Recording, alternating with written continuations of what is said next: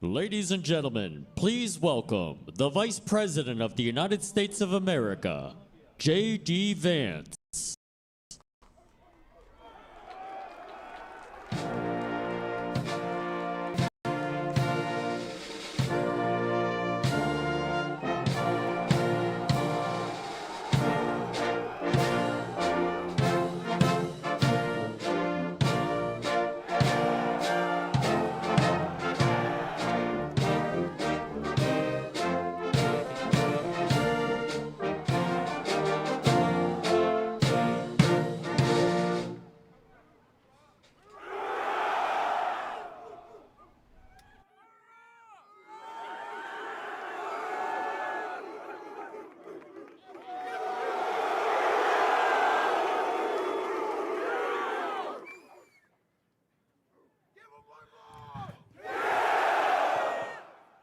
Hoorah, Marines! I didn't hear you. Hoorah, Marines! God bless you, Marines. God bless you, Camp Pendleton. It is so much fun and such an honor to be out here to celebrate 250 years of United States Marines.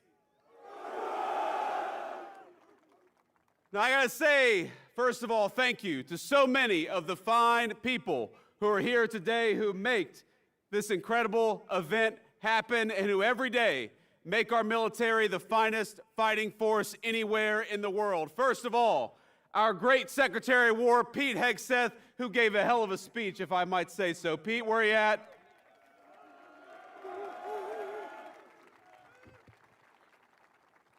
Now, he is a soldier, but are we proud of our Secretary of War, Marine Corps?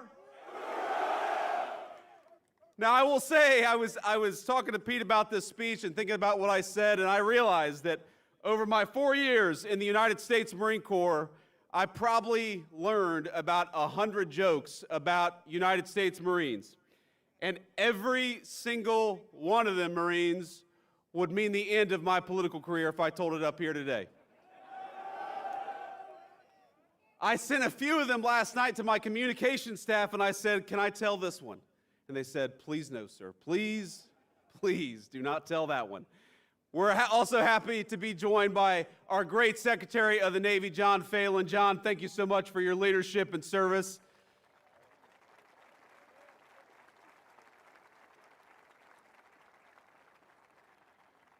I got to give a shout out to my beautiful wife, our great Second Lady, Usha Vance, with the Marine Corps hat.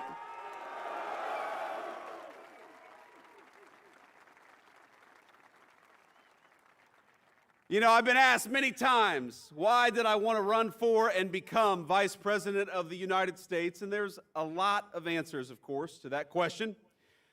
I wanted to serve our wonderful Commander-in-Chief, President Donald J. Trump, and I know we're proud of him.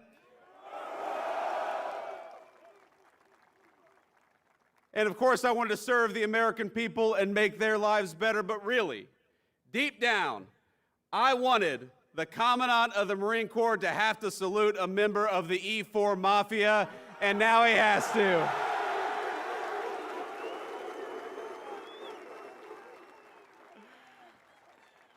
And Marines, we have a great Marine Corps Commandant in General Eric Smith. General, thank you so much for everything you do.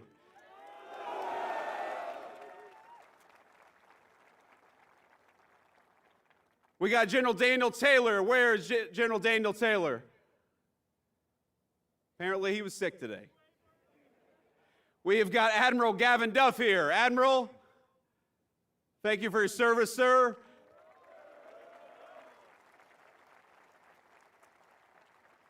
We have got Colonel John Caldwell and General Michael Nakanizi. Did I pronounce that right, General? There we go. I did okay. I'm the Vice President, so you can't tell me I'm wrong. And of course, Marines, I bring greetings today from our Commander-in-Chief, Donald J. Trump, and he wanted me to tell each and every single one of you that he's proud of you, that he loves you, and that despite the Schumer shutdown, he is going to do everything he can to make sure you get paid exactly as you deserve.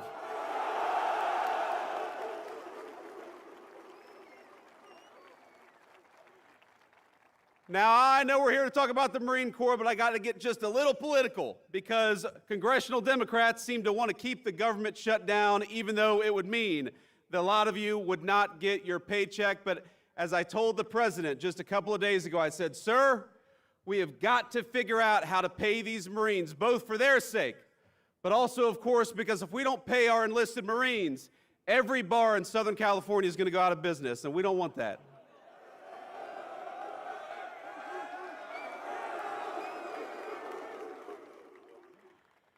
Now, I've also got to give a special shout out to the incredible display that we saw earlier today. It made my heart sing as your vice president, and it was a testament to the Corps' strength and unbeatable power. It reminded me why I am so proud to have worn the uniform, to be one among your ranks, and to be the very first vice president to have been a United States Marine.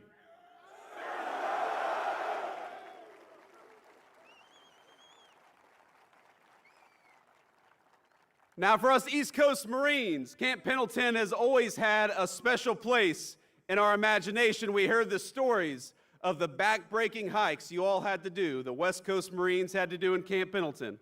You know it? Us East Coast Marines, we had the sand fleas and you all had the hills. I don't know which was worse.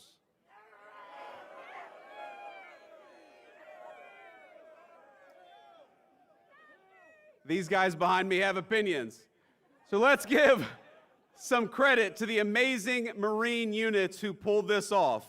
First of all, to the incredible Marines of this base and the Marine Corps Forces West who put on this display. Let's give a round of applause to the incredible job they did.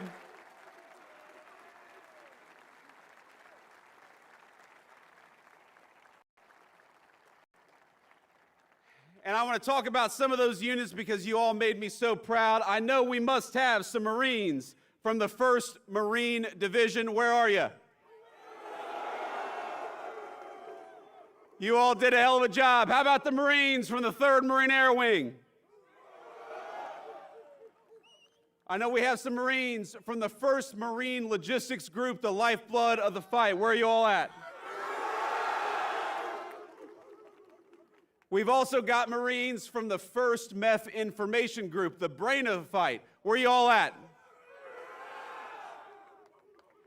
And we've also got, of course, men and women from Marine Corps Installations West, the folks who keep the home front. Where are you, Marine Corps Installations West?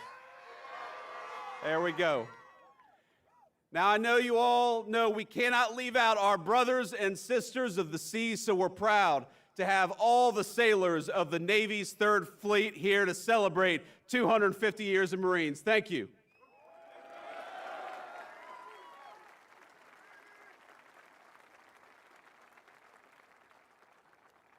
These sailors who go to war with us, they fight over the horizon. They stand shoulder to shoulder with Marines wherever the fight takes us. And if any group shares in the glory of the Marines' 250th birthday, it is our beloved Navy Corpsmen. Let's give a shout out to the Navy Corpsmen out there. We love them.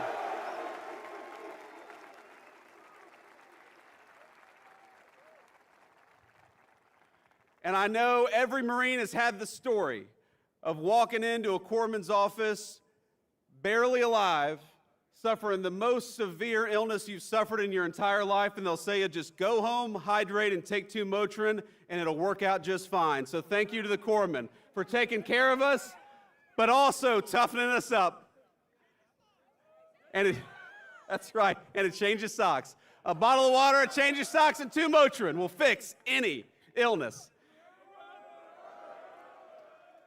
So we are grateful, Marines, to be graced with the presence of some very special guests, people whose very lives contribute to the incredible Marine Corps legacy. Earlier, we all heard from Sergeant Dakota Meyer, who received the Medal of Honor in 2011 for extraordinary heroism in 2009. Are we proud of Sergeant Dakota Meyer? Yes, we are.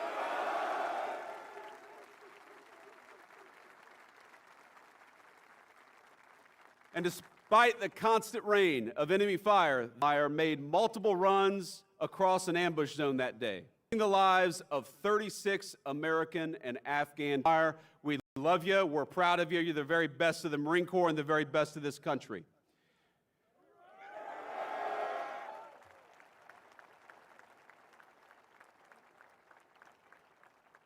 We are also honored to be joined by American hero Charles Cram, who was a Navy corpsman attached to the 5th Marine Division when it landed at Iwo Jima.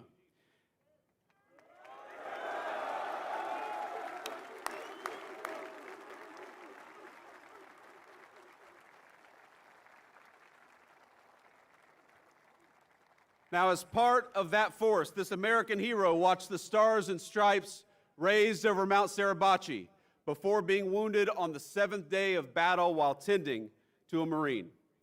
For his valor, he was awarded the Silver Star, the Bronze Star, and the Purple Heart. Sir, we love you. Thank you for your service.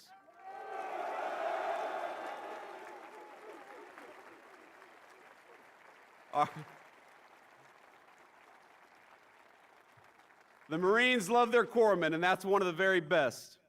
Another living legend we have with us today is Elmer Royce Williams, a naval aviator who, while on combat patrol in the Korean War, suddenly found himself up against 7 Soviet MiGs. Sir, thank you so much.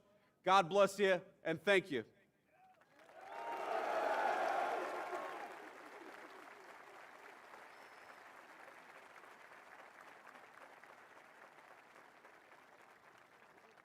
Now we're going to let the brave lieutenant take a seat, but I got to talk a little bit about him. I got to brag on him, because despite the odds, Lieutenant Williams took down 4 of them in a single 35-minute dogfight, the longest dogfight in naval history, a record I believe that still stands to this day.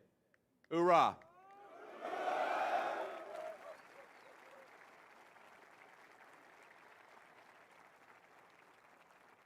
Now, not only did he take 4 MiGs down, he demolished the MiG's reputation as an unbeatable aircraft and secured his place among the legends of American military aviation. And if you notice, we just talked about a great Marine in ground combat, a great Marine in aviation combat, and a great Marine, or I should say a great Navy corpsman who helps out our Marines. In other words, Marines can kick ass in every theater of combat, and we do it every single day.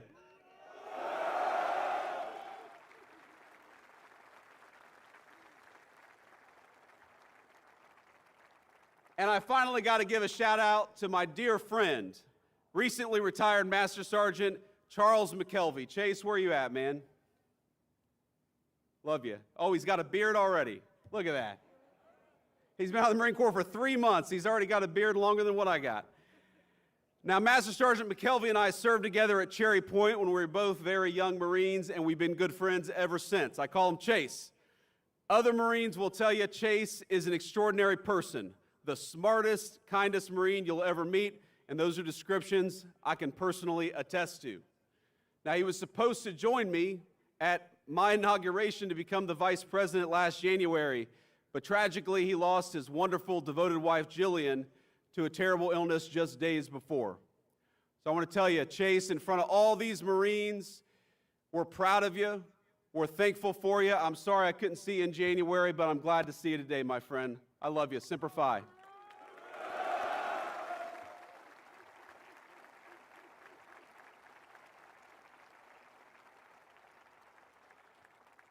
And finally, we are grateful to have all of you, whatever your rank, whatever your station in the Marine Corps, here at Camp Pendleton to commemorate this incredible 250th anniversary of our beloved Marine Corps. From these mountains and this water, Marines have deployed to every major fight of the last century, from island hopping across the Pacific to Vietnam's Hue City, to Kuwait, to Helmand, and beyond. And standing here, you can feel the weight of that history, the generations upon generations of Americans who cut their teeth at this base before boarding ships and carrying the American flag into battle. But that's exactly what Marines do.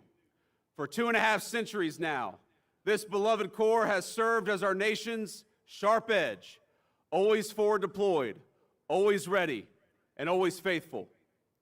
My service in the Marine Corps was a huge part of my life. I would not be here today. I would not be the Vice President of the United States. I would not be the man I am today were it not for those 4 years that I served in the Marine Corps.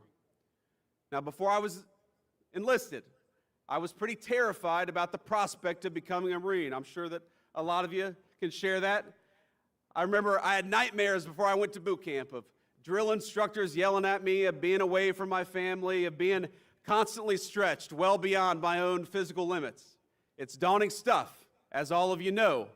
And as anyone who survived boot camp can tell you, it's all real.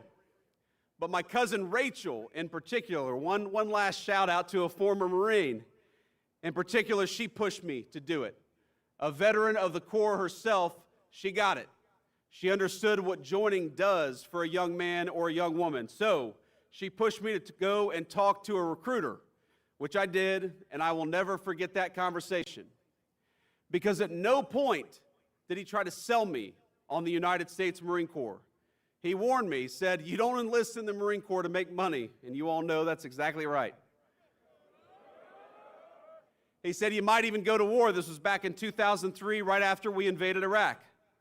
But what he did tell me is that enlisting in the Marines would teach me many things, including discipline and the virtue of leadership.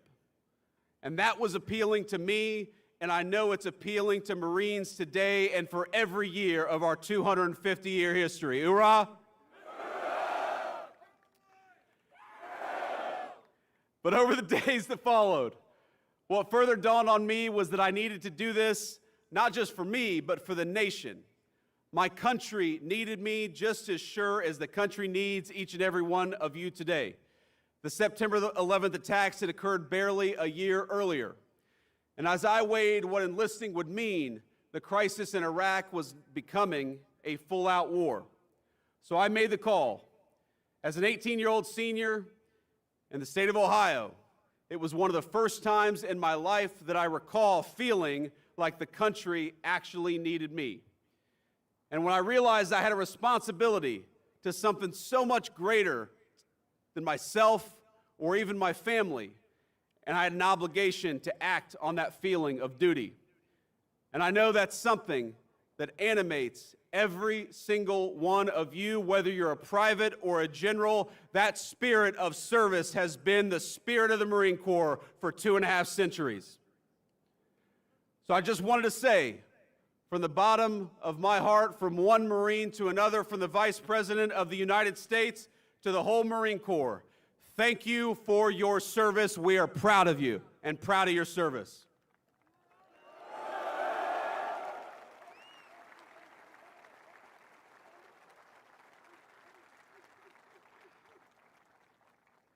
And I'm here today because I want to talk a little bit about the great Marine Corps tradition, 250 years of it. I want to talk about the tradition that all of us standing under this bright California sun, and man, it is bright, we all chose, however many years ago, to adopt that Marine Corps tradition as our own. A tradition in that just 3 short weeks will reach its 250th year. Now, as many of you in this audience know, the Corps found its origins in the autumn of 1775 in a venue may be familiar to you, a bar in Philadelphia called Tun Tavern. The very first bar in the United States of America that would come to regret serving United States Marines. So here we are in Tun Tavern almost 250 years ago. And what we did in that moment was we answered the call of service. Because even before we had a Declaration of Independence, the Continental Congress organized an army and a navy to fight the British, but they recognized they needed something a little bit extra.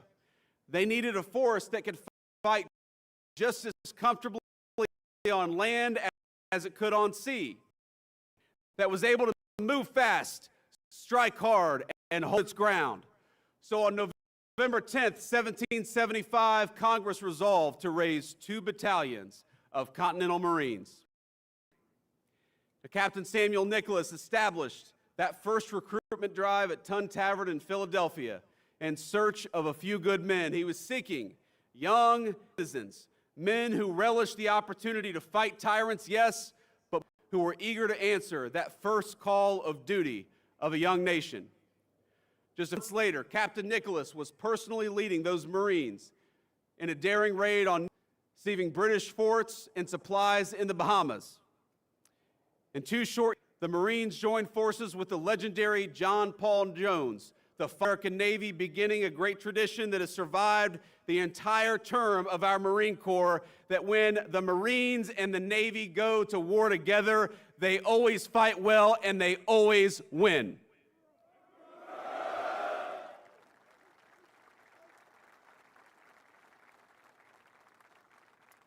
The War of Independence set a blueprint that Marines follow to this day. Boldness in action, unity in purpose, and a lightning readiness to go wherever the nation required.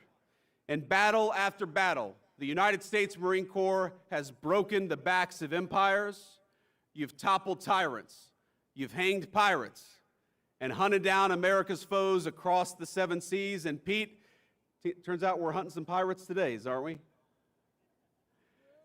From Tripoli to the halls of Montezuma, from Bella Wood to Iwo Jima, and from Chosin Reservoir to Khe Sanh, we Marines have repeatedly earned our reputation as the first to fight and the last to leave. And as all of you know, that legacy only grew stronger after 9/11. Within weeks after the attack, the 15th Marine Expeditionary Unit, the 15th MEU, already forward deployed on September the 11th, helped launch the most ambitious amphibious assault in the history of the United States of America.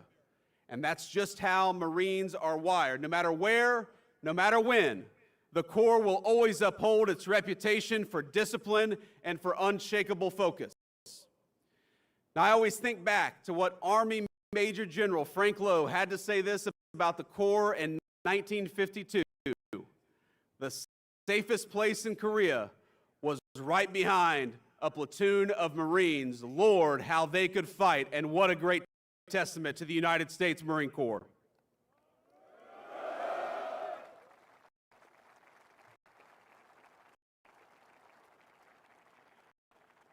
Because while the world keeps changing, new weapons, new threats, and new ways in which we wage war, the nation will forever need the United States Marine Corps. And in the Trump administration, the work you do, protecting our country, putting your lives on the line of life, is at the heart of Marine Corps service. Now, when officials focus to mandating diversity quotas, or they try to inject partisan politics into the American armed forces, they impede the Marine Corps' ability to do its best work, and that's why the Corps and the President of the United States have stood so firmly against that crap.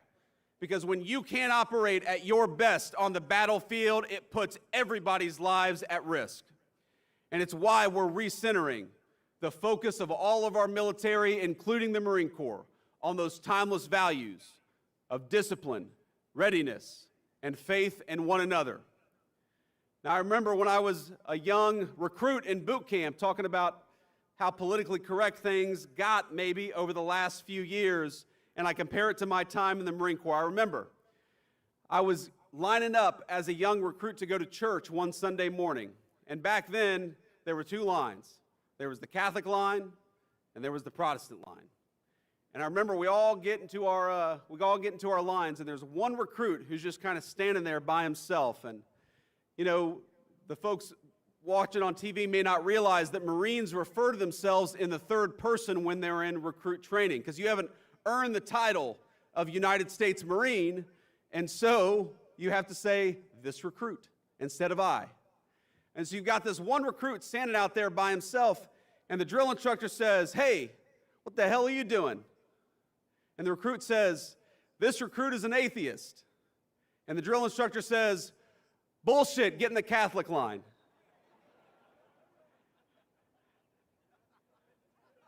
That didn't work in the Biden administration, Pete.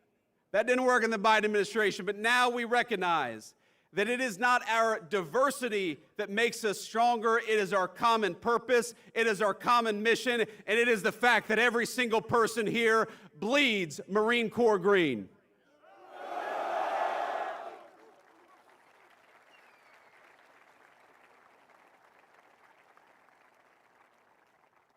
And I think that all of you should realize that from the President of the United States on down, this government is proud of you. It's proud of the tradition of the Marine Corps, and it's proud of the fact that that great tradition has custodians in each and every single person here, each and every single Marine who is serving today. And I hope that the proud Marine Corps tradition, you heard Pete talk about this, Chesty Puller, Dan Daly, John Basilone, all of these great Marine Corps heroes, they should inspire you through their action to be the very best Marine in the future that you can be. Now, I remember so many people who made my Marine Corps journey and made the country better in the process. I remember a gunnery sergeant who saved me from financial ruin. I was a young Lance Corporal, and I was going to go to an off-base car dealership and buy a used car with a low dealer-provided interest rate of 22%.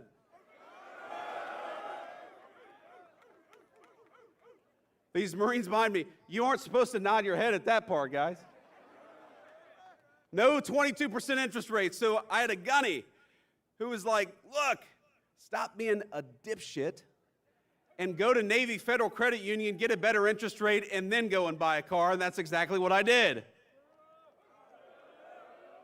I remember that gunny, and I remember a young Marine who was younger than I was.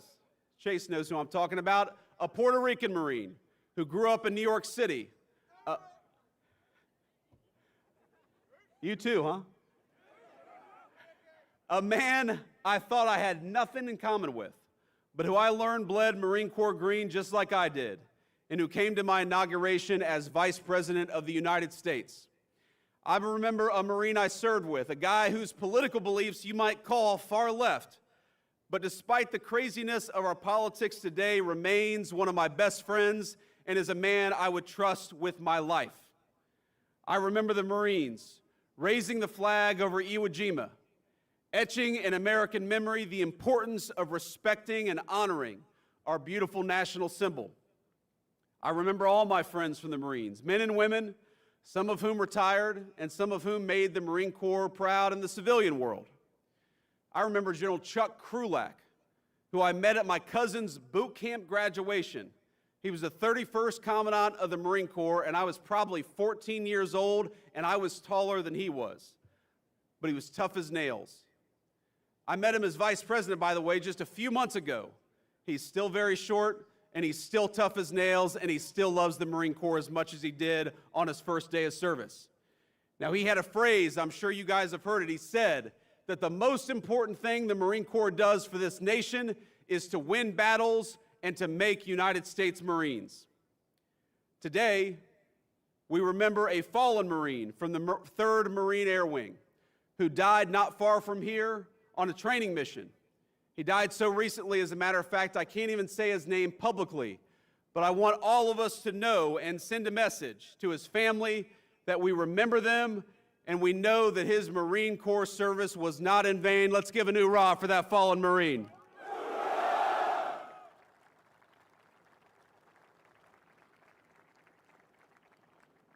I know that all of us remember the friends who went off to war, and we particularly remember the ones who were mangled in combat or who never came home at all. Every single one of you has memories like this. Every single one of you is lucky enough to have friends like mine. Within each of you is your own Marine Corps legacy burning every single day. And because of that, every one of our fellow Marines lives on. As Gunnery Sergeant Hartman in Full Metal Jacket, we like Full Metal Jacket, Marines? He said, but the Marine Corps lives on forever, and that means you live forever. Our motto, Marines, is Semper Fidelis, which means in Latin, always faithful. Though the shape of the battlefield will change, our nation will be just fine, so long as fellow Marines just like you remain faithful to that great Marine Corps legacy. My fellow Marines, you have the watch now. You honor that legacy by how you carry yourself in public. You honor it by how you treat your friends and family. You honor it by how you contribute to your communities, and most importantly, you honor it in how you fight and win the nation's battles. So from one vice president to an incredible United States Marine Corps, keep kicking ass, keep taking names. Semper Fidelis Marines, happy 250th birthday. God bless you.